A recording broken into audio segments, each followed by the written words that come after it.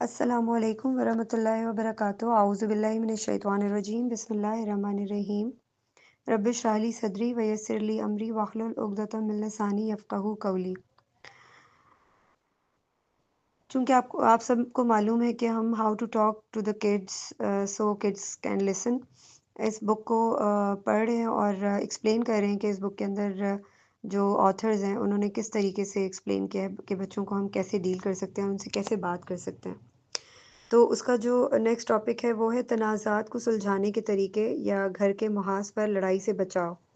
सज़ा की जगह पुरअमन और मौसर हल हम कैसे अपना सकते हैं? जॉना कहती हैं कि जब एक बच्चा जानबूझकर वो काम करता है जिससे आपने अभी मना किया था, तो आप क्या करते हैं? वो चोरी-छुपे मिठाई चुरा लेता है या कुत्ते की दुम खींचता है, छोटे बच्चे को चुटकी काटता है या अंडों के कार्टन को उलट देता है, सिर्फ़ उस खूबसूरत मंज़र को देखने के लिए कि किस तरह एक दर्जन कच्चे अंडे अपने खौल तोड़कर चूल्हे और काउंटर्स के दरमियान की शगाफ़ में बहने लगते हैं। तो वो बेसिकली ये बता रही हैं कि हमने जो है ना वो पिछले जो चैप्टर्स हैं उसके अंदर मुख्तलिफ़ तरीके आज़माए हैं, लेकिन अगर आपने वो सब आज़मा लिए हैं और उसके बावजूद आपका बच्चा फिर भी इसकी आपकी नाफ़रमानी करता है, तो क्या होगा? बच्चे जो हैं वो बाज़ औक़ात इतने मायूस-कुन, चिड़चिड़े और गुस्सा दिलाने वाले हो जाते हैं कि सज़ा देने का जज़्बा रोकना मुश्किल हो जाता है। और उसके बाद अब अगर हम इस बुक को देखते हैं तो इसमें बहुत सारी ऐसी चीज़ें दी हुई हैं जिनमें हमें जिनसे बहुत कुछ सीखने को मिल सकता है। या उन्होंने ये बताया है कि खुद को बाथरूम में बंद मत कीजिए और इस चैप्टर को ज़रूर नज़र में रखिए कि इसमें शायद आपको कोई समझने की चीज़ मिल जाए। आप एक धूप भरी दोपहर में अपने बच्चों को पार्क ले जाते हैं। घर से निकलने से पहले आप अपने 4 साला बच्चे को बार-बार याद दहानी कराते हैं कि पार्किंग लॉट में आपका हाथ पकड़े रहे और खेल के मैदान में आपकी नज़रों के सामने भी रहे। और ये भी कि अपनी बारी का इंतज़ार करे और अच्छे तरीके से खेले। अब जो बच्चा है वो इन हिदायत को नज़रअंदाज़ करता है तो आप क्या करेंगे? वो आपके हाथ से फिसल कर गाड़ियों के दरमियान दौड़ने लगता है, खेल के मैदान में पहुँचकर वो बहुत सारी अजीब-अजीब चीज़ें करता है, स्ट्रॉलर को जो है दौड़ाते हुए झूलों और दीगर सामान से जाकर टकरा देता है, स्लाइड के ऊपर वो अपनी 2 साला बहन को बेसब्री से धक्का दे देता है, जो नीचे फिसलने की हिम्मत जमा करने में वक़्त ले रही होती है। क्या उसे एक थप्पड़ मारा जाए या उसे आइसक्रीम ट्रक से ट्रीट लेने से महरूम कर दिया जाए? क्या उसे घर आकर अपने कमरे में वक़्त गुज़ारने की सज़ा दी जाए ताकि वो अपने जराइम पर गौर कर सके? ये सब जानना बहुत ज़रूरी है कि हम बच्चे को किस तरीके से इस चीज़ के ऊपर डील करें। ज़्यादातर लोग इस बात पे इत्तेफ़ाक करते हैं कि कुछ ना कुछ ज़रूर करना चाहिए, किसी बच्चे को ये इजाज़त नहीं दी जा सकती कि वो खुद को ख़तरे में डाले और दूसरों के लिए दहशत का बायस बने। लोग कहते हैं कि बच्चों को नताइज का सामना करना ज़रूरी है, सज़ा के लिए वक़्त और मौका होता है और ये वही वक़्त और मौका है। ये बच्चा बात समझ ही नहीं रहा, उसे एक सबक सिखाने की ज़रूरत है। ये सब सुनकर तो अक़ल भी हमें यही कहती है कि अच्छा नहीं, हमें ये करना चाहिए, मगर पहले ये सोचें कि सज़ा और नताइज की इस्तिलाहात को समझने के लिए हमें कुछ चीज़ें वाज़ेह करनी होंगी। यानी दरअसल हम कुदरती नताइज या मंतकी नताइज से क्या मुराद लेते हैं और जब हम सज़ा देते हैं तो असल में बच्चे को हम क्या सबक सिखा रहे होते हैं, हमारा मकसद क्या होता है उसे सज़ा देने का। तो इसका जानना बहुत ज़रूरी है। कुदरती नतीजा जो है वो ये होता है जो ख़ुद ब ख़ुद कुदरत के उसूलों के तहत वक़ूअ पज़ीर होता है, बग़ैर किसी इंसानी मदाख़लत के। मसलन अगर आप कुत्ते के कान खींचे तो हो सकता है कि वो काट ले और अगर आप आग में हाथ डालें तो जल जाएँगे। अगर आप पहाड़ की चोटी से नीचे गिरेंगे तो कशिश ग्रेविटी है आपको ज़मीन पर गिरा देगी।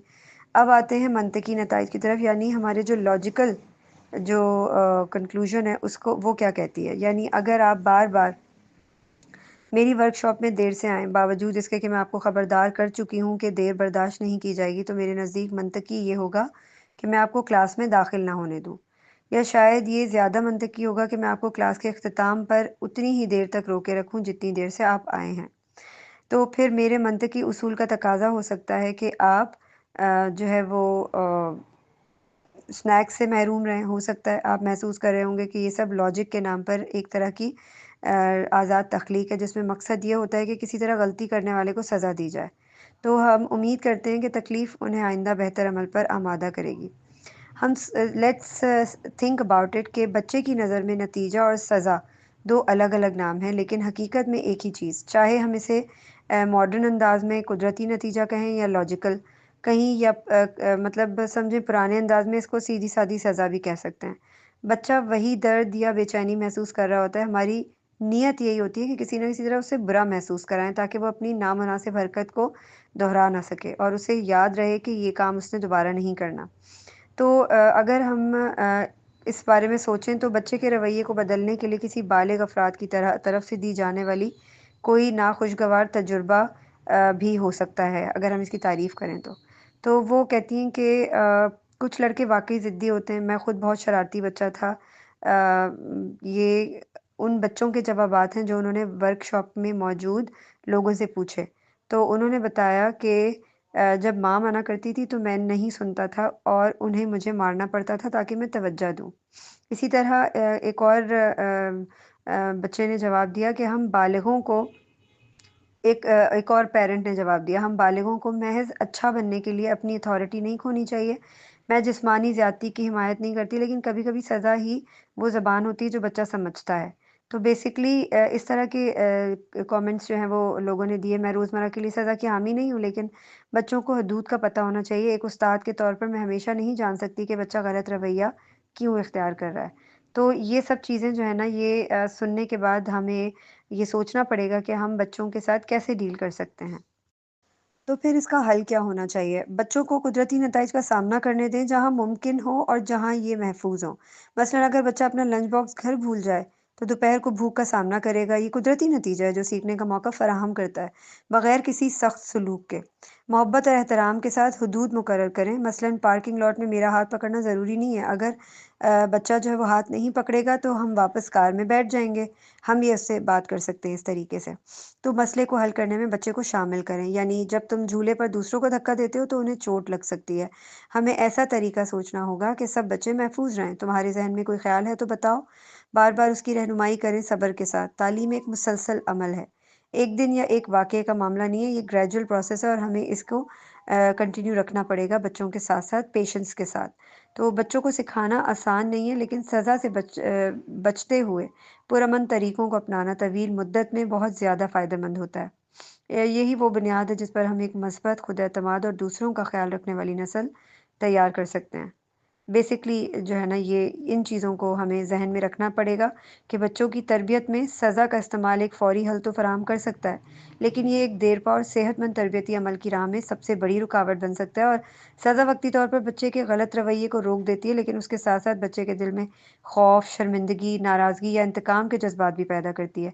ये मनफ़ी एहसासात बच्चे के अंदर गहरे ज़ख्म छोड़ सकते हैं, जो बाद में उसकी शख्सियत में अदम एतमाद, पुरएतमादी और जारियत की सूरत में ज़ाहिर होते हैं। और सज़ा बच्चे को ये भी सिखा देती है कि ताकतवर को कमज़ोर को नुकसान पहुँचाने का हक़ हासिल है, जो कि आगे चलकर बच्चे दूसरों को दबाने या ज़ुल्म करने के रुझानात को जन्म दे सकता है। इसके अलावा सज़ा वालिदैन और बच्चे के दरमियान मोहब्बत और एतमाद के कीमती रिश्ते को भी कमज़ोर करती है। और वालिदैन या असातिज़ा का काम सिर्फ़ ज़ाहिरी रवैया बदलवाना नहीं, बल्कि अंदर से बच्चे की सोच और किरदार की तामीर करना है, और ये मकसद खौफ़ या सज़ा के ज़रिए हासिल हो ही नहीं सकता। तो बच्चों की मस्बत तरबियत के लिए हमें ज़्यादा मौसर हिकमत अमली जो है ना वो अपनानी चाहिए। उन्हें उन्हें जो है वो नेचुरल कॉन्सिक्वेंसेज़ या कुदरती नताइज और लॉजिकल कॉन्सिक्वेंसेज़ का सामना करने दिया जाए। कुदरती नताइज जो है वो हम डिस्कस कर चुके हैं कि क्या होते हैं। तो मसाइल हल करने के लिए एक बेहतरीन टूल है कि बच्चों को मसला हल करने के अमल में शामिल किया जाए, यानी प्रॉब्लम सॉल्विंग में। बजाय ये कि बड़ों की तरह जो है वो अहकामात दे दिए जाएँ, बच्चे से सवालात किए जाएँ, उसकी राय ली जाए। मसलन अगर बच्चा झूले पर दूसरे को धक्का दे रहा है, तो वालिदैन कह सकते हैं कि जब तुम दूसरे को धक्का देते हो तो वो गिरकर चोट खा सकते हैं, जैसे अभी मैंने पीछे डिस्कस किया। तो ये एक तरबियती अमल है और ये ग्रेजुअल प्रोसेस है जो स्लोली एंड ग्रेजुअली आप लेकर बच्चे के साथ बच्चे की तरबियत में चल सकते हैं। जज़ाकल्लाह खैर। Now let's move on some other one. अस्सलाम वालेकुम वरहमतुल्लाहि वबरकातुहू बिस्मिल्लाहिर्रहमानिर्रहीम। मैंने बात करनी है लाइब्रेरी मुहिम से। इसमें हमें ऑथर बताती है अपने बेटे के बारे में कि उसको लाइब्रेरी बहुत इंटरेस्टिंग लगती थी। बच्चों को किताबें बहुत पसंद होती हैं, जो छोटे बच्चे होते हैं स्पेशली।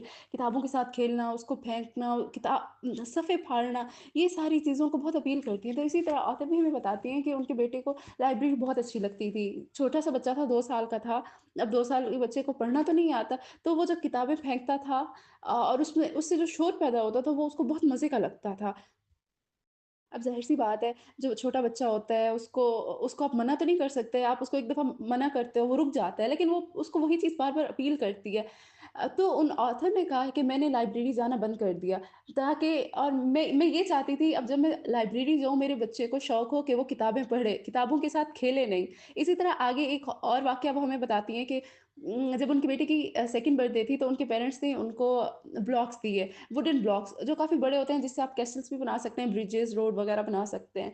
लेकिन उस बच्चे को ये चीज़ें बनाने में कोई इंटरेस्ट नहीं था, वो चीज़ों को तोड़ता था और हमें डर लगता था कि वो कोई नुकसान ना कर दे। तो हमने उसके ब्लॉक्स छुपा के रख दिए उम, और हमने जब वो 3 साल का हो गया तो हमने उसको ब्लॉक्स दिए ताकि उसको चीज़ें बनानी आ जाएँ। ऑथर क्या इसमें इस सब में ये बताना चाहती हैं कि सारी बात टाइमिंग की होती है। कभी-कभार बच्चे इतने छोटे होते हैं वो आपकी बात नहीं समझ सकते। तो आप इस तरह किया करें, आप बच्चों को उस चीज़ से दूर कर दिया करें। जब बच्चे की टाइमिंग हो, जब उनकी एज हो जाए, आप उनको वो चीज़ें दिलाया करें। छोटे बच्चे होते हैं वही गलतियाँ करते हैं और जब लाज़मी नहीं है हर चीज़ में बच्चों को पनिश किया जाए। आप बच्चों को बच्चे लर्निंग के थ्रू भी लर्न भी कर सकते हैं। जब आप बच्चों को बताते हैं कि आपने ये मिस्टेक की, अब आप इसको अमेंड इस तरह से कर सकते हैं, आप अपनी मिस्टेक को इस तरह से कवर कर सकते हैं। इस तरह भी आप बच्चों की इस्लाह कर सकते हैं। इसी हवाले से कुछ हमारे पास स्टोरीज़ हैं। सबसे पहले हमारे पास है माइकल की स्टोरी। माइकल हमें बताते हैं कि एक दिन वो लिविंग रूम में गए तो उन्होंने देखा उनके बेटे ने सारा आटा फैलाया हुआ है फर्श पर। तो मुझे गुस्सा आ गया, मैं उसके ऊपर चिल्लाया, तो बच्चे को ज पता चला कि मैं एक अब मुश्किल में फँस गया हूँ, वो पीछे जाके सोफ़े के पीछे जाके छुप गया। तो मैंने अपनी अप्रोच चेंज की और मैंने उसको कहा, "ओह! इतना सारा नुकसान हो गया, ये इतना सारा आटा किसी ने गिरा दिया, अब हम इसको कैसे करें?" तो बच्चा गया, तो कहता है, "मैं वाइप्स लेके आता हूँ, उससे हम साफ़ करते हैं।" जब वो वाइप्स लेके आया और हम दोनों ने इकट्ठे मिलके साफ़ किया, इस तरह मेरे ज़हन में भी एक टेक्नीक आ गई और बच्चे को भी पता चल गया कि मैंने नुकसान किया है और मैं इसको सीधा भी कर सकता हूँ।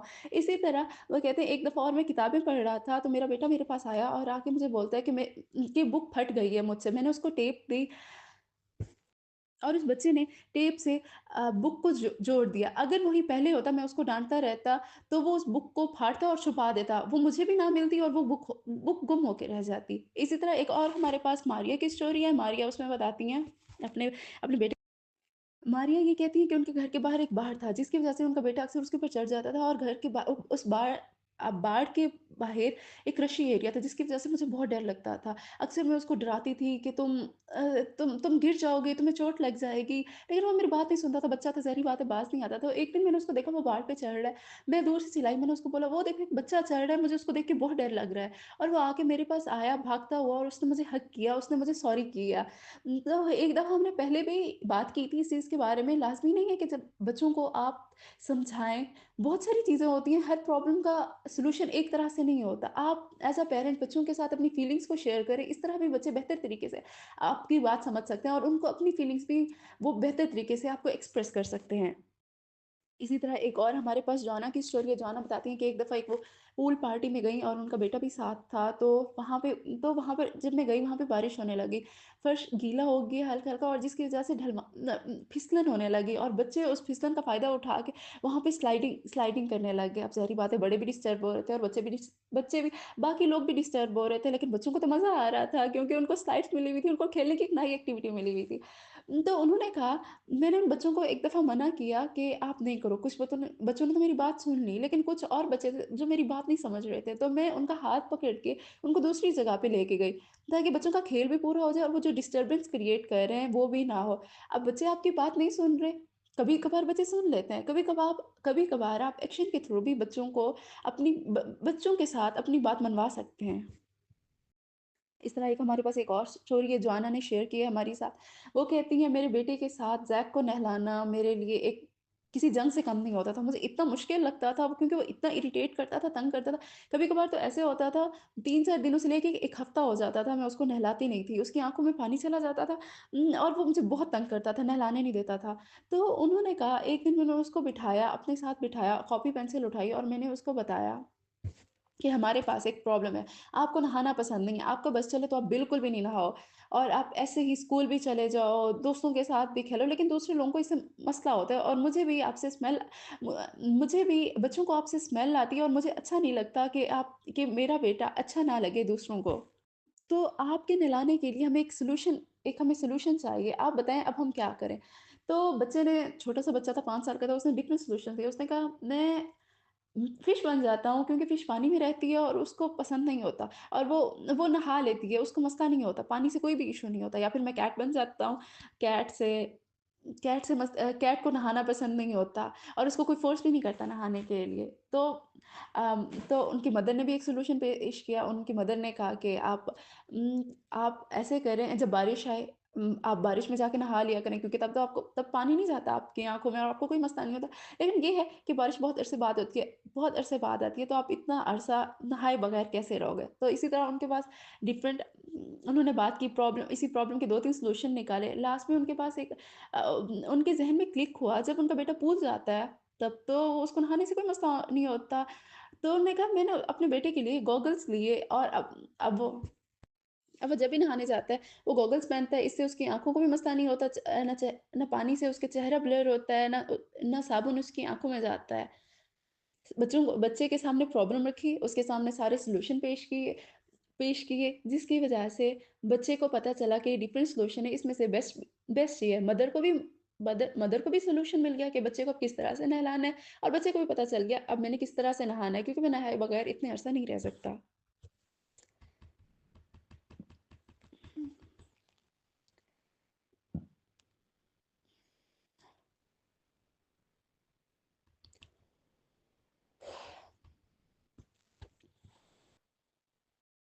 एक सॉल्यूशन पेश किया गया और उसके बाद एक्शन भी लिया गया, जिससे मदर भी कंफर्टेबल हो गई और बच्चे को भी कोई मसला नहीं हुआ। इसी तरह एक हमारे पास एक और स्टोरी आती है, वो है जॉली के बारे में वो बताती हैं, जब उनकी बेटी पैदा हुई और उनका बेटा 3 साल का था, तो उनके लिए एक चैलेंज होता था नहाना क्योंकि छोटा बच्चा होता है जो 2-3 साल का बच्चा होता है ना, उसको न्यूबॉर्न बहुत फैसिनेट करते हैं। वो उनको लगता है कि वो उनको प्यार कर रहे होते हैं, कभी वो उनको मार देते हैं, कभी उनको चॉक कर देते हैं। ये सारे उनके प्यार करने के तरीके होते हैं, तो ज़ाहिर-सी बात है मदर अब छोड़ भी नहीं सकती छोटे बच्चे को बिल्कुल अकेले।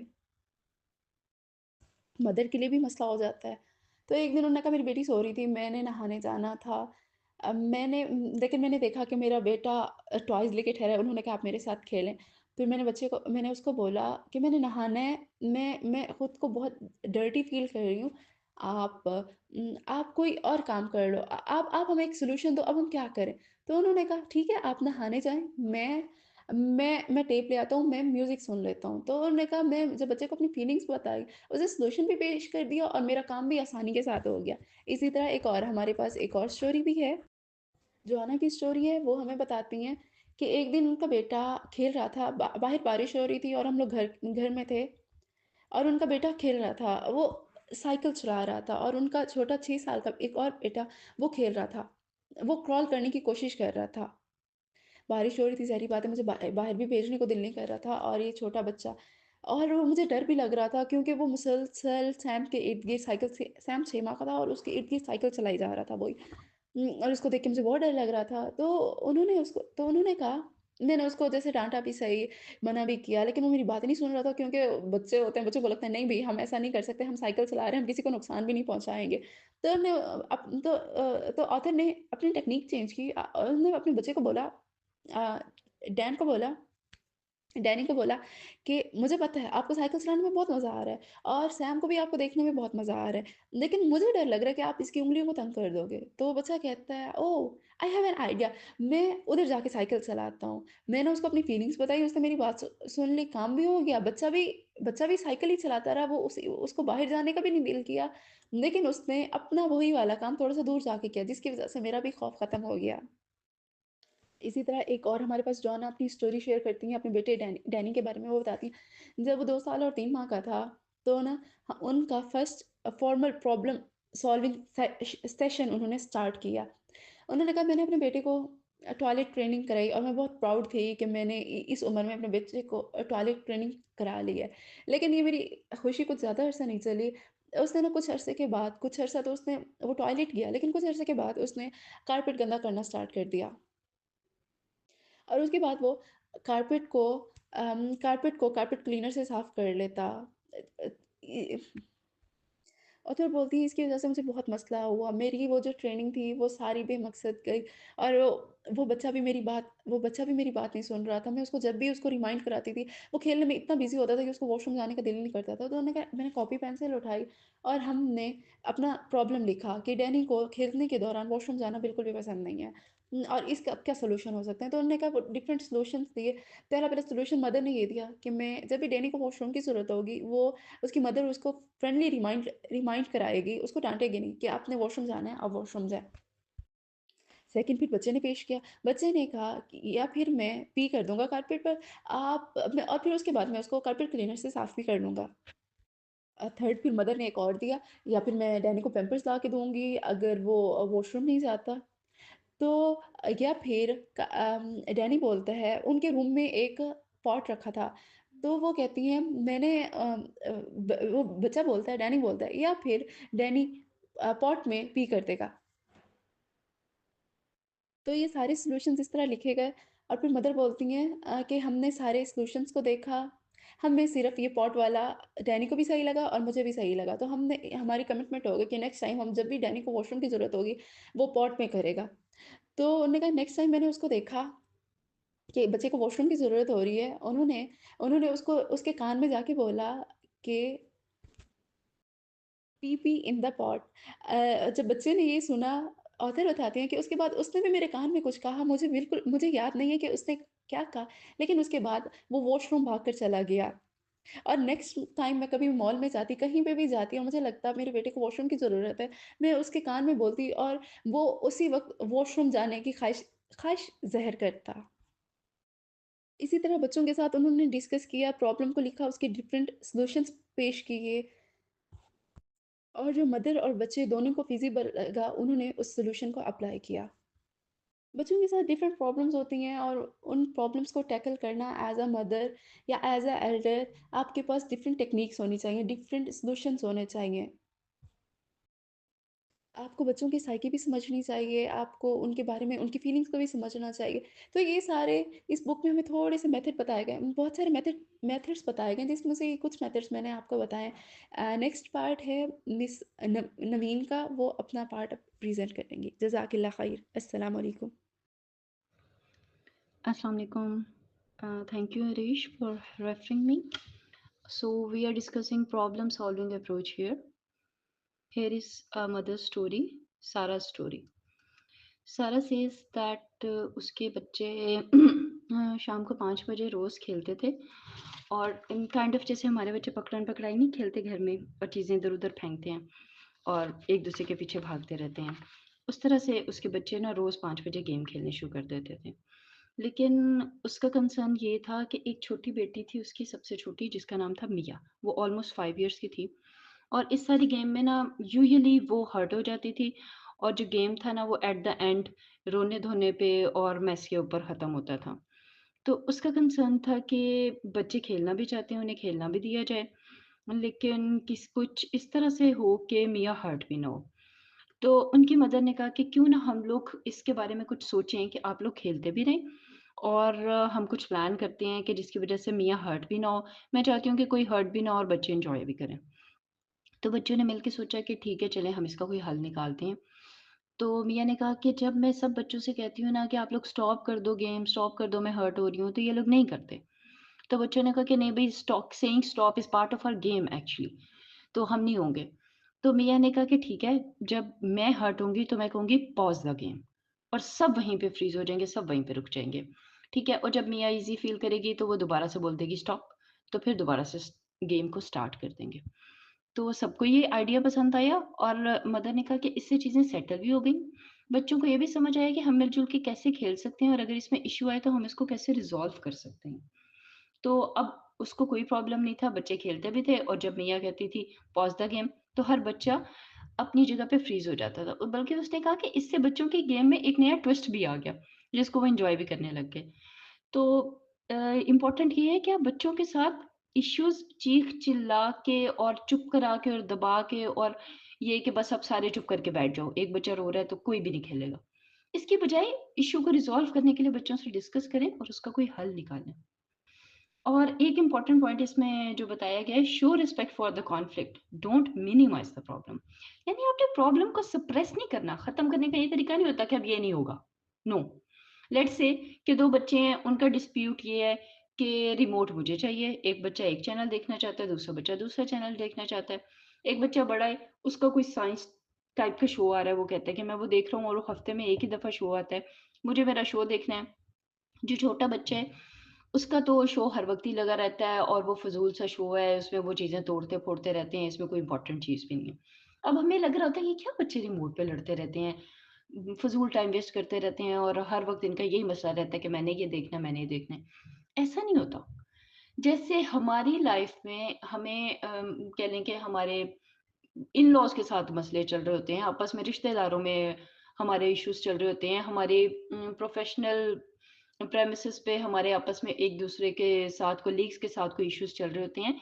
जितने वो इश्यूज़ हमारे लिए प्रॉब्लमैटिक होते हैं ना और हम इन उनको जितना बड़ा मसला समझते हैं, बच्चे एक टीवी के रिमोट को उनके लिए वो वाला मसला भी उतना ही बड़ा है। तो हमने उसको सप्रेस नहीं करना कि बस ठीक है, चुप करो, बंद करो टीवी, तुम दोनों इधर-उधर बैठ जाओ। नो, हमें इश्यू को रिज़ॉल्व करके देना है। और आप इसके लिए ये कर सकते हो कि आप थोड़ी देर के लिए रिमोट उठा के ऊपर रखो, दोनों बच्चों को बिठाओ और दोनों बच्चों से कहो कि अब आप लोग ऐसा करो कि आप दोनों ये सेटल करो कि आप दोनों ने किस टाइम पे किसने कौन-सा शो देखना है, ताकि कोई भी बच्चा नाराज़ भी ना हो और दोनों अपना-अपना शो भी देख सकें। अब बच्चों से कहो कि आप लोग चाहे तो 1 वीक का टाइम डिसाइड कर लो कि पूरा वीक में किसने कौन-सा शो देखना है और कौन किस टाइम पे इज़िली देख सकता है। आपस में डिसीजन बनाओ, पूरे वीक का ही आप शेड्यूल बना लो। बच्चे बैठेंगे, उसको रिज़ॉल्व करेंगे, इस चीज़ से खुश भी होंगे कि पेरेंट ने हमारे इश्यू को इम्पोर्टेंस दी है और वो अपने इश्यूज़ खुद रिज़ॉल्व करने में, एक टाइम टेबल बनाने में इंटरेस्ट लेंगे, वो उनकी एक्टिविटी भी हो जाएगी, उनका इश्यू भी रिज़ॉल्व होगा और वो उससे लर्निंग सीखेंगे कि आपस के डिस्प्यूट्स को हम लोगों ने कैसे रिज़ॉल्व करने हैं। अच्छा, एक चीज़ और जो हम अक्सर अपने बच्चों के साथ करते हैं, वो है रिवॉर्ड्स। तो भई इस किताब के राइटर ने रिवॉर्ड्स को बहुत बुरी तरह कंडेम कर दिया है। रिवॉर्ड्स जो है ना, वो देना कोई अच्छी बात नहीं है। मतलब कहने कहने का मकसद ये है कि किसी काम को करने के लिए रिवॉर्ड एक अच्छी मोटिवेशन नहीं है। तो इसको रिसर्चेस के थ्रू भी साबित किया गया है और इसमें कुछ ड्रॉबैक्स समझाने की हमारे लेवल पे आके भी राइटर ने कोशिश की है। राइटर ने हमें एक स्टोरी समझाने के लिए कही है कि देखें, एक खातून है, वो रोज़ वो जॉब करती है और ना डेली वीकेंड्स पे आके ना एवरी वीकेंड वो डिसाइड करती है कि मैं खुद कुक किया करूँगी, अच्छे से खाने बनाया करूँगी, कोई बने बनाए पिज़्ज़ा और मफ़िन्स हम लोग ने नहीं खाने, मैं अच्छी सी कुकिंग करूँगी, डिनर थोड़ा लेट हो जाएगा, लेकिन मैं अच्छा-सा खाना बनाया करूँगी और हम सब मिलके अच्छे तरीके से खाना खाया करेंगे, क्योंकि इसमें टाइम भी लग जाता है, ज़ाहिर है वीकेंड पे और भी काम होते होंगे। तो राइटर कहती है कि लेट्स से कि आप बहुत अच्छा खाना बनाएँ, अपने सारे काम करने के बाद और टेबल सजाएँ और आपका शौहर आपको कहे कि अगर तुम ना खाना 6 बजे टेबल पे लगा दिया करो ना, ताकि हम लोग रात को टाइम से सो भी जाया करें, क्योंकि खाना लेट सर्व होता है, तो हम सोते भी लेट हैं। अगर तुम 6 बजे खाना लगा दिया करो ना, तो फिर मैं तुम्हें कुछ ना कुछ दूँगा। अगर तुम तकरीबन 4 वीकेंड्स पे कंटिन्यूअसली इस चीज़ को फ़ॉलो करोगी ना, तो मुझे बड़ी खुशी होगी, फिर मैं तुम्हें कोई रिवॉर्ड दूँगा। तो तुम ऐसा करो कि तुम ना 6 बजे तक खाना लगा दिया करो। अच्छा, आपको क्या लगता है कि आपको कैसा लगेगा? आप इस रिवॉर्ड को एक्सेप्ट करेंगे और आप कहेंगे कि हाँ, ठीक है, मैं 4 वीकेंड्स पे कोशिश करती हूँ और उसमें से 1 वीकेंड पे आप वो नहीं कर पाए। तो आपका हस्बैंड तो ये कहेगा ना कि भई मैंने तो 4 हफ्ते कहा था, तो अब तो आपको ये चीज़ नहीं मिल सकती। तो जो बाकी दिन आपने किया था, आपको कितना अफ़सोस होगा कि आपको उसका रिवॉर्ड भी नहीं मिल सका। और दूसरी बात ये है कि आपको कैसा लगेगा कि यार, इसे मेरी मतलब फीलिंग्स का कोई ख़्याल ही नहीं है कि उसको एक रिवॉर्ड की पड़ी हुई है, बजाय इसके कि वो मेरी हेल्प करता, मेरे साथ इन्वॉल्व होता और चीज़ों को रिज़ॉल्व करने की कोशिश करता। वो कहता है कि मैं तुम्हारी हेल्प कराया करूँगा, ताकि हम दोनों मिलके 6 बजे तक खाना टेबल पे सर्व कर दिया करें। ये बेहतर ऑप्शन था, या जो उसने उसे कहा कि तुम अगर 6 बजे तक लगा दिया करोगी तो मैं तुम्हें एक रिवॉर्ड दूँगा। और फिर आप ये नहीं सोचेंगे कि अच्छा वो जो मैं रोज़ कपड़े धोती हूँ, तो फिर उसके भी बदले में मुझे कोई रिवॉर्ड मिलना चाहिए ना। अच्छा वो जो मैंने घर की सफाई की थी उसका क्यों ना मैं इनसे बात करूँ कि जो मैं सफाइयाँ करती हूँ उसके बदले भी मुझे कोई रिवॉर्ड दे दिया जाए। मतलब ये किस किस्म की हरकत है? कोई भी इंसान मेरा ख्याल है ऐसा स्पाउस नहीं चाहेगा। तो फिर बच्चे भी ऐसे मतलब ऐसा नहीं चाहते कि पेरेंट्स उनको बस वो एक किसी डगर पे लगा दें और फिर कहें हम तुम्हें कैंडी देंगे। तो ये मतलब उनके ब्रेन पे क्या असर पड़ेगा? ये कोई अच्छा तरीका नहीं है। तो रिवॉर्ड्स को भी कंडेम किया राइटर ने भई इस तरह से एक और मदर हैं सारा, वो अपनी इसमें एक स्टोरी भी ऐड करती हैं कि मैंने अपने 4 बच्चे थे उनके, उन्होंने कहा कि मुझे 3-4 जगहों पे जाना था, मुझे 3-4 जगहों पे काम थे। तो मैंने अपने बच्चों से कहा कि अगर आप लोग मैंने बैंक भी जाना है, ग्रोसरी स्टोर भी जाना है, कहीं और भी जाना है, अगर आप लोग बिल्कुल अच्छे बच्चों की तरह चारों बिहेव करोगे, मेरी हेल्प करोगे, मेरे साथ-साथ रहोगे, तो ना मैं आप सबको गम्स दूँगी। अच्छा बाकी जो बड़े बच्चे थे उन्होंने तो हर जगह अच्छे से बिहेव किया, लेकिन एक छोटी बच्ची थी, ज़ाहिर है छोटा बच्चा इतनी देर बहुत आला तरीके से बिल्कुल चुप करके खामोशी से नहीं बैठ सकता। वो बच्ची ऐसा नहीं कर पाई। कह लें कि जब वो बैंक गई तो उसने अच्छा से बिहेव किया, ठीक है, वो एटीएम मशीन को देखती रही, वो इधर-उधर बिखरी चीज़ों को देखती रही। लेकिन जब वो ग्रोसरी शॉप पे गई तो पीछे वो गाड़ी में इधर-उधर कूदने लग गई या इधर-उधर भागने दौड़े गाड़ी से निकल के लग गई। तो फिर क्या हुआ? जो बाकी बहन-भाइयों ने अच्छे से बिहेव किया था उनको गम मिल गई और छोटी बच्ची को गम नहीं मिली।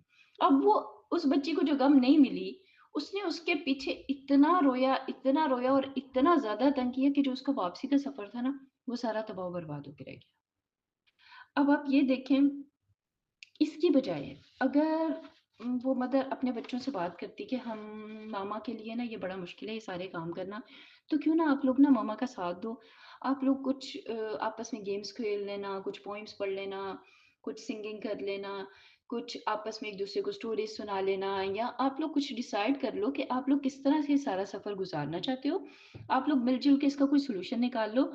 तो प्लीज़ मामा को काम करना है तो आप लोग कुछ डिसीज़न करके ना कोई मामा की हेल्प कर दो। तो शायद वो बच्चे ऐसा कर पाते। वो अच्छे से बिहेव भी करते, वो सोच भी लेते कि उन्हें क्या-क्या करना है और उनको समझ भी आता कि मुश्किल सिचुएशन से डील करने के लिए किस तरह से बिहेव करना है, मुश्किल सिचुएशन में एक-दूसरे को कैसे जोड़ के चलना होता है आपस में। ये बच्चों के लिए एक बहुत अच्छी लर्निंग भी हो जाती है। तो राइटर का कहना ये है कि आप डिस्कशन रिवॉर्ड्स की बजाय ना चीज़ें डिस्कस करने पे फ़ोकस करें और उनका हल निकालने पे फ़ोकस करें। बच्चों की हेल्प करें कि वो चीज़ों को डिस्कशन के थ्रू प्रॉब्लम सॉल्विंग अप्रोच को इस्तेमाल करते हुए अपनी ज़िंदगी के मसाइल को हल करना सीखें। अच्छा एक चीज़ उसने कही है कि रिवॉर्ड्स ना इस तरह से दिए जा सकते हैं जैसे आप लोग बहुत थक गए और आपके बच्चों से कह रही हो कि जैसे ही हम घर जाएँगे ना अब, हम घर पहुँच के ना अच्छे से सैंडविचेज़ खाएँगे। मतलब कोई पॉज़िटिव बात कोई दैट इट्स नॉट कि ये करोगे तो ये मिलेगा, ठीक है?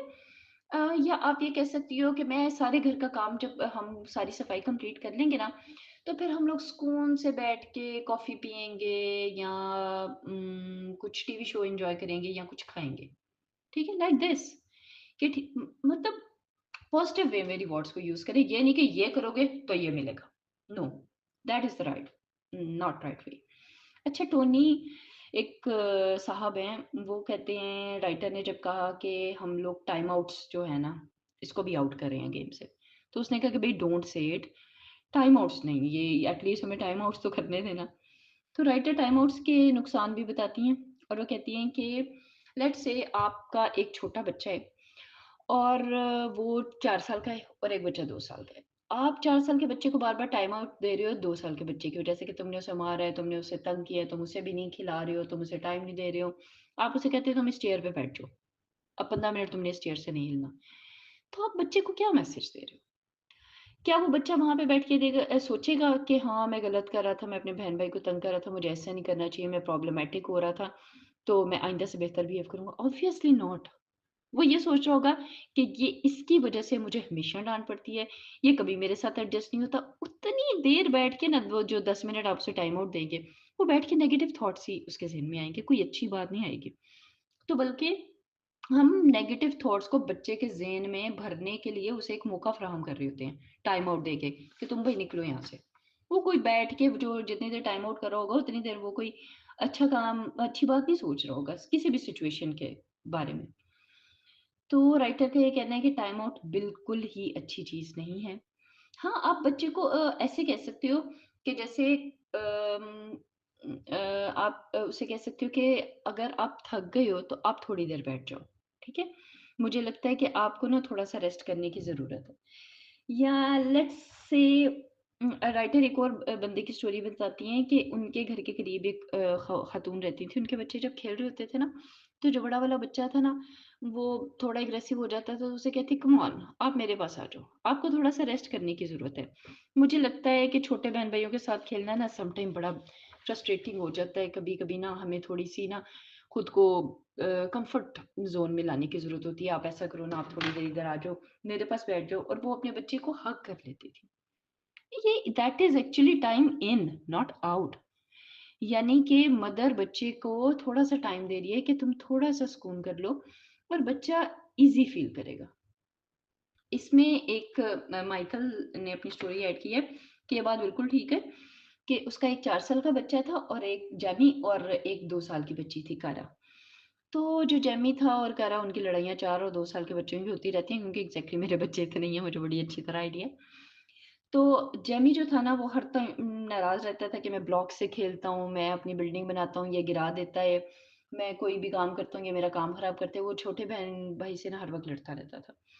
तो उसने ना अपने जेमी को कहा कि बेटा, मुझे लगता है कि ना छोटा जो भाई है ना, ये नाराज़ हो जाता है।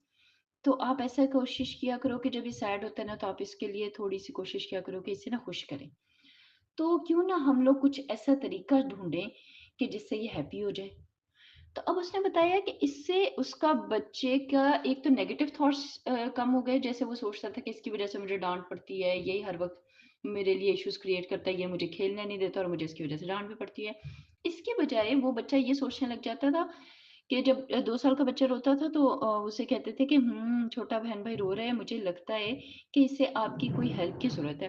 तो कहता था, ओह! ही लुक्स सैड, मुझे इसके लिए ना कुछ करना होगा। क्यों ना मैं इसको इसका फ़ेवरेट टेडी बियर ला के दूँ ताकि वो उसे हग कर ले। ये हो सकता है कि हम इसे कुछ फ्रूट्स खिलाएँ तो ये खुश हो जाए, या मैं कुछ और सोचता हूँ। मतलब आप देखें कि कितनी नेगेटिविटी को कितनी पॉज़िटिविटी में चेंज कर दिया है प्रॉब्लम सॉल्विंग अप्रोच ने। तो मेरा ख़्याल है ये बिल्कुल पॉसिबल है। मैं भी, मेरी 4 साल की बेटी है, तो और तकरीबन 3 साल का होने वाला है बेटा। तो मैं भी इस चीज़ को थोड़ा-सा ना रूटीन लाइफ़ में ऐड करके देखा है। It works and it really works, और आई स्ट्रांगली रिकमेंड कि आप लोग भी ट्राई करें। तो no rewards, no time outs, positive way में सिर्फ, और try to use problem solving approach. Now I refer to Sumera. Please आप कंटिन्यू करें सुमेरा। अल्लाह हाफ़िज़। अस्सलाम वालेकुम रहमतुल्लाह। अब हम लोग प्रेज़ के वो वेज़ देखते हैं जो कि हमें हेल्प करेंगे, ना कि हिंडर क्रिएट करेंगे। अब इस तरीके से ये पता चलता है कि ये कितना कॉम्प्लिकेटेड है, बट सॉरी टू से कि प्रेज़ भी कॉम्प्लिकेटेड हो सकती है। रिसर्च से ये पता चलता है कि ये बात मैटर नहीं करती कि हम कितनी प्रेज़ करते हैं, लेकिन प्रेज़ या तारीफ़ का जो भी वे है, बहुत इम्पॉर्टेंट है। एग्ज़ाम्पल्स के साथ अब मैं आपको बताऊँगी कि प्रेज़ कितनी डिफ़िकल्ट है अगर हम लोग ठीक तरह से ना करें तो। अब यहाँ पे आगे हम एग्जांपल्स डिस्कस करते हैं कि सपोज एक स्कूल टीचर है। अब एक ग्रुप है जो कि अनफोकस्ड बच्चों का ग्रुप है, वो उसको मैनेज करने की कोशिश कर रही है, और ये बहुत ही टफ था। बट जब सुपरवाइज़र आता है तो बच्चे खामोशी के साथ ना स्टोरी सुन रहे होते हैं। तो सुपरवाइज़र कहता है कि आप यहाँ के बेस्ट इंस्ट्रक्टर हैं, आपने अपनी क्लास को बहुत अच्छे से कंट्रोल किया है। तो उस वक्त इस टाइम पे मतलब ऐसी प्रेज सुन के क्या रिएक्शन होगा? क्या ये प्रेज जो है ये बहुत बड़ी अचीवमेंट होगी, या इस वक्त अपनी वीकनेस पे फोकस करेगा, या यूं भी हो सकता है कि आर यू किडिंग मी, इस तरह के भी अल्फाज दिल में आ सकते हैं। अब इसी तरह से आगे एक और एग्जांपल है कि एक बंदा जो है कि जो कि जस्ट शावर सिंगर है। अब उसने क्या किया कि म्यूजिक कल जो ट्रेनिंग है ना फॉर्मल, वो लेना शुरू की। अब उसने जब वो ज्वाइन किए तो कुछ सेशंस के बाद उसे ये पता चला कि ये तो बहुत ही स्ट्रगलिंग है। अब वहाँ के डायरेक्टर ने लेकिन जब उसकी म्यूजिक की सारी जो भी एफर्ट उसने सुनी, तो उसने कहा कि यू आर डूइंग फाइन, तुम्हारी साउंड बहुत अच्छी जा रही है। तो क्या ये ऐसी प्रेज उसको कॉन्फिडेंट कर सकती है? क्या हैरानगी की बात नहीं है? क्या वो ये नहीं सोच सकता कि आर यू लाइंग? तो इसी तरह से आगे ऑथर कुछ और एग्जांपल्स दे रहे हैं कि बच्चों के स्कूल में एक रीडिंग प्रोग्राम पे काम कर रहे थे, लेकिन जब नेक्स्ट डे जब उसको जवाब मिला तो जस्ट ये जवाब मिला कि ग्रेट जॉब या थैंक्स। इस तरह से जो प्रेज है, अब इस तरह के जो वर्ड्स हैं, क्या ये इस चीज़ को एडमायर करते हैं कि उन्होंने जस्ट इसको, क्या इन्होंने उस चीज़ को नोटिस किया या जस्ट ऐसे ही सर से उतारा? अब प्रेज करते वक्त कुछ लोग यूं भी कहते हैं कि इससे हम उनकी स्ट्रेंथ्स के बारे में जानने की ट्राई कर रहे हैं, हम कुछ ऐसा ही इनको मोर करने की करेज दे रहे हैं। या कुछ लोग यूं भी कहते हैं कि हम इनको सेल्फ एस्टीम बढ़ाने की कोशिश कर रहे हैं। हम मुसलसल अपने बच्चों को इस तरह से बता रहे हैं कि आप ग्रेट हो, आप वंडरफुल हो या बेस्ट हो, लेकिन जब हम ये वर्ड यूज़ करते हैं हम इस चीज़ का अपोजिट इफेक्ट देखते हैं। अक्सर हम नोटिस करते हैं कि ये चीज़ें प्रॉब्लम क्रिएट कर रही होती हैं, ये चीज़ें स्ट्रेंथ्स की बजाय उनकी वीकनेसेस को क्रिएट कर रही होती हैं। हो सकता है बच्चा ये सोचे मैं इतना ग्रेट तो नहीं खेल रहा था 10 मिनट में, कैसा क्या हुआ? ये चीज़ जो होती है समटाइम्स थ्रेट को क्रिएट करती है। अब इसी तरह से एक म्यूजिकल फेस्टिवल में ऑथर अपनी एक एक्सपीरियंस बता रही है। मैंने ऑब्जर्व किया कि कुछ जो जगलर्स जो थे ना, वो आपस में टूल्स को यूज़ कर रहे थे। तो उनको देख के एक छोटा एक लड़का था, वो भी बीन बैग्स को लेके वो भी हवा में एक ही टाइम में उसको मैनेज करने की कोशिश कर रहे हैं। तो मैंने उसको उसकी इंकरेजमेंट के लिए मैंने अपने हस्बैंड के सामने उसकी तारीफ की, लुक ही इज़ द मतलब ग्रेट गाय, मतलब डूइंग ग्रेट। अब ये वाले जो एक्सप्रेशन जब उस बच्चे ने देखे, उसने बीन बैग्स रखा और उसके बाद चला गया। मैं उसके इस सेक्शन से बहुत ज़्यादा हैरान हुई कि क्या हुआ है इसको, किस चीज़ ने इसको स्टॉप किया।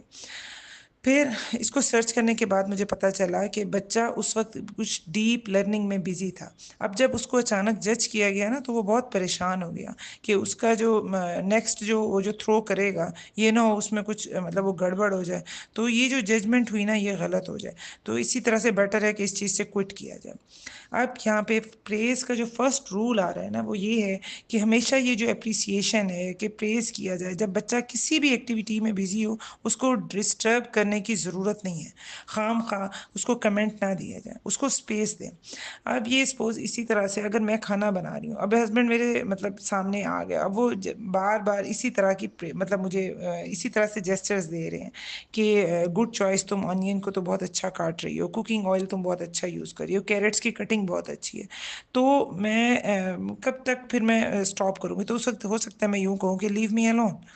तो लेकिन जब इसी तरह बच्चा रिएक्ट करता है, तो अब एक प्रेज की जो पिक्चर की जा रही है ना, अब इसको समझने की कोशिश की जाए। अब हम लोगों को यूं ट्राई करना चाहिए कि जिस तरह से एक बच्चा अब अब एक बच्चे ने सफाई की, अब प्रेज करने का ये भी वे हो सकता है कि तुमने सारी कार्स को पिक कर लिया, मतलब हम ये फुली उसको डिस्क्राइब कर रहे हैं कि तुमने सारी कार्स को पिक किया, सारी बुक्स को, और यहाँ तक कि सारी डर्टी जो सॉक्स की थी ना उनको भी तुमने साइड पे किया।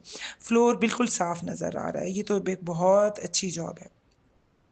या इसी तरह से हम लोग जब कुछ टाइम में हम लोग यूं कहते हैं कि ग्रेट वर्क, इसकी बजाय हम यूँ कह सकते हैं कि तुमने पिक्चर में हर चीज़ को सही तरह से सर्कल किया है, जो भी बी से स्टार्ट होते हैं।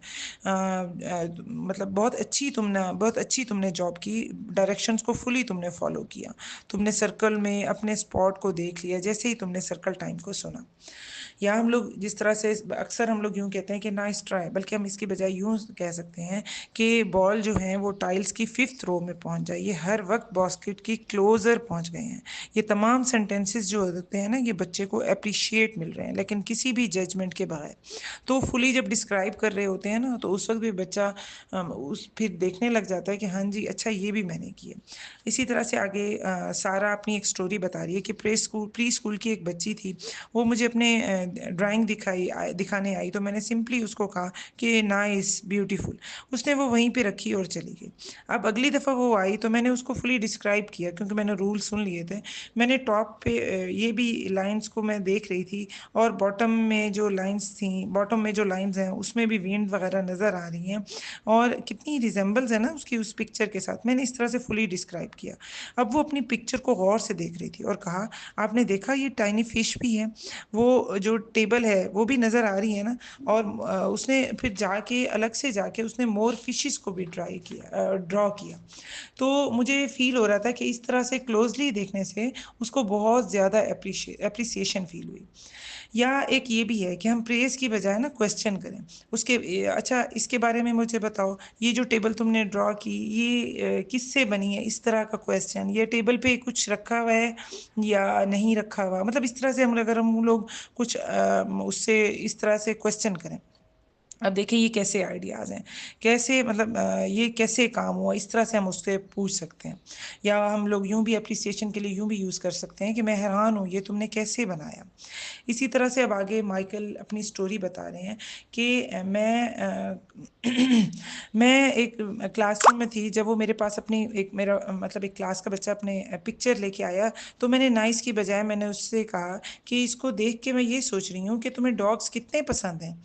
तो हाँ उसने बताया, हाँ जब मैं 5 साल का था तो ये मेरे पास डॉग था, ये मेरे साथ सोता था, उसका नाम स्लिंकी था। वो पूरी तरह से बच्चा ना उसको डिस्क्राइब करने लग गया। अब मैं नहीं जानती, अब वो ऑथर ही अपनी मतलब स्टोरी बता रहे हैं कि मैं नहीं जानती थी कि वो इतना ज़्यादा इस चीज़ को एलेबोरेट करेगा, लेकिन उस बच्चे ने किया। क्या सिर्फ एक थोड़ा सा जब मैंने उसको डिस्क्राइब किया ना, सिर्फ इसी वजह से। टूल नंबर 2 ये है कि describe the effects on others. हम जो सारे पेरेंट्स होते हैं ना, अपने बच्चों को गुड सिटीजन बनाना चाहते हैं, दूसरों के साथ हेल्प की एफर्ट को हम इनकरेज करते हैं। अब जिस तरह से हम लोग कहते हैं यू आर गुड गर्ल, यूं भी हम लोग कह सकते हैं ना कि तुमने सारे ग्रोसरी बैग्स को मेरे साथ किचन में रखवाया, तो ये एक बहुत बड़ी हेल्प है। या जिस तरह से हम लोग अक्सर ये वर्ड यूज करते हैं you are best big brother, तो हम लोग यूं कह सकते हैं कि जब तुम अपने इतने फनी फेसेस बनाते हो ना, ये तो ये बेबी बहुत ज्यादा लव करता है। मैं मैं उसके फेस पे बहुत ज़्यादा स्माइल देखती हूँ। या जब हम लोग ये कहते हैं you are such a thoughtful girl, तो हम लोग यूँ कह सकते हैं जब तुमने कोट की जिप अप करने में हेल्प की, अब इससे वो वार्म रहेगा, वो जब वो आउटसाइड जाएगा तो उसको मतलब पता चलेगा, अपनी रिस्पॉन्सिबिलिटी फील होगी।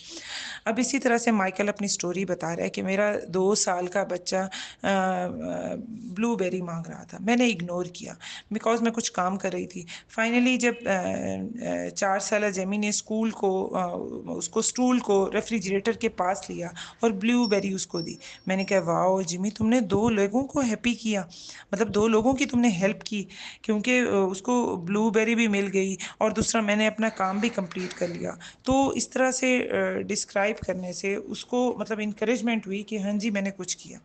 अब आगे टूल नंबर 3। अब इसमें ऑथर बता रहे हैं कि एक रिसर्च की गई कि बच्चे पहले अच्छे तरीके से परफॉर्म कर रहे होते हैं और आखिर मिडिल स्कूल तक आते आते क्या हो जाता है उनको। अब इस तरह की स्टडी हो रही थी, 2 ग्रुप में ये स्टडी पे हमने काम किया और हमने मैथ के क्वेश्चंस दिए सॉल्व करने के लिए। जब दोनों ने टास्क को कंप्लीट किया तो एक ग्रुप को कहा वाओ ये तो बहुत अच्छा स्कोर है, तुम तो बहुत ही स्मार्ट हो। मैसेज वाज़ेह था कि तुम ब्राइट हो और मैथ में टैलेंटेड हो। वाओ ये बहुत अच्छा स्कोर है, तुमने बहुत ज़्यादा। अब दूसरा जो मैसेज था कि वाओ ये तो बहुत अच्छा स्कोर है, तुमने तो बहुत ज़्यादा मेहनत की। अब दूसरी बार फिर मैथ की जब हम लोगों ने मतलब इस तरह से शॉर्ट्स दिए गए, अब देखा गया दूसरे ग्रुप की बजाय इसने पहले ने ज़्यादा स्ट्रगल दिखाई, यूं कि तुम कितने इन पजल्स में तुम कितने स्मार्ट हो, तुम काम करते रहे जब तक तुमने फिगर आउट नहीं कर लिया। तो इस तरह की जो एप्रिसिएशन है ना, ये बच्चे के लिए बहुत ही मैटर करती है। Talented gymnastic. अब इसी तरह से जब हम लोग जब कोई बच्चा जब एफर्ट कर रहे होते हैं तो हम ये कह सकते हैं मैं देख रहा था कैसे तुम बार बार इसके ऊपर चढ़ने की कोशिश कर रहे थे और आखिरकार तुमने ऊपर उसको तुम कामयाब हो गए। अब इसी तरह से सारा अपनी स्टोरी बता रही है कि मैं अपनी क्लास में बच्चों से स्क्रीनिंग टेस्ट कराती थी। मैं हमेशा यही कहती थी कि नाइस, डूइंग गुड वर्क, तो कीप अप, ग्रेट वर्क, इस तरह के सेंटेंसेस यूज़ करती थी। अब इस साल सेशन में प्रेस के बारे में जब मैंने सीखा, अब ये सारा अपनी स्टोरी बता रही है कि जब प्रेस के बारे में मैंने सीखा तो इस दफ़ा मैंने चेंजिंग की कि मैंने कहा कि मैं देख रही हूँ कि कैसे तुम बहुत मेहनत कर रहे हो, तुम इस चीज़ को सॉल्व करने के लिए ना बहुत ज़्यादा तुम्हारी मेहनत बहुत ज़्यादा इन्वॉल्व है इसके अंदर, बहुत ज़्यादा अपनी ब्रेन पावर्स को यूज़ कर रहे हो।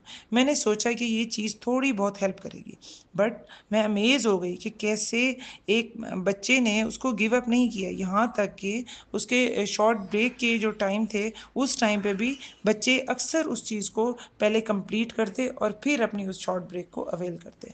तो ये जस्ट कुछ टिप्स दी गई हैं इसमें कि प्रेज़ करने के लिए हमारे लिए ये बहुत ही इम्पोर्टेंट है कि हम लोग उसको फुली डिस्क्राइब करें, ताकि बच्चा उसको फील करे और उसमें अपना मोर इनपुट दे सके, ना कि उसको गिव अप करे। जज़ाकल्लाह खैर।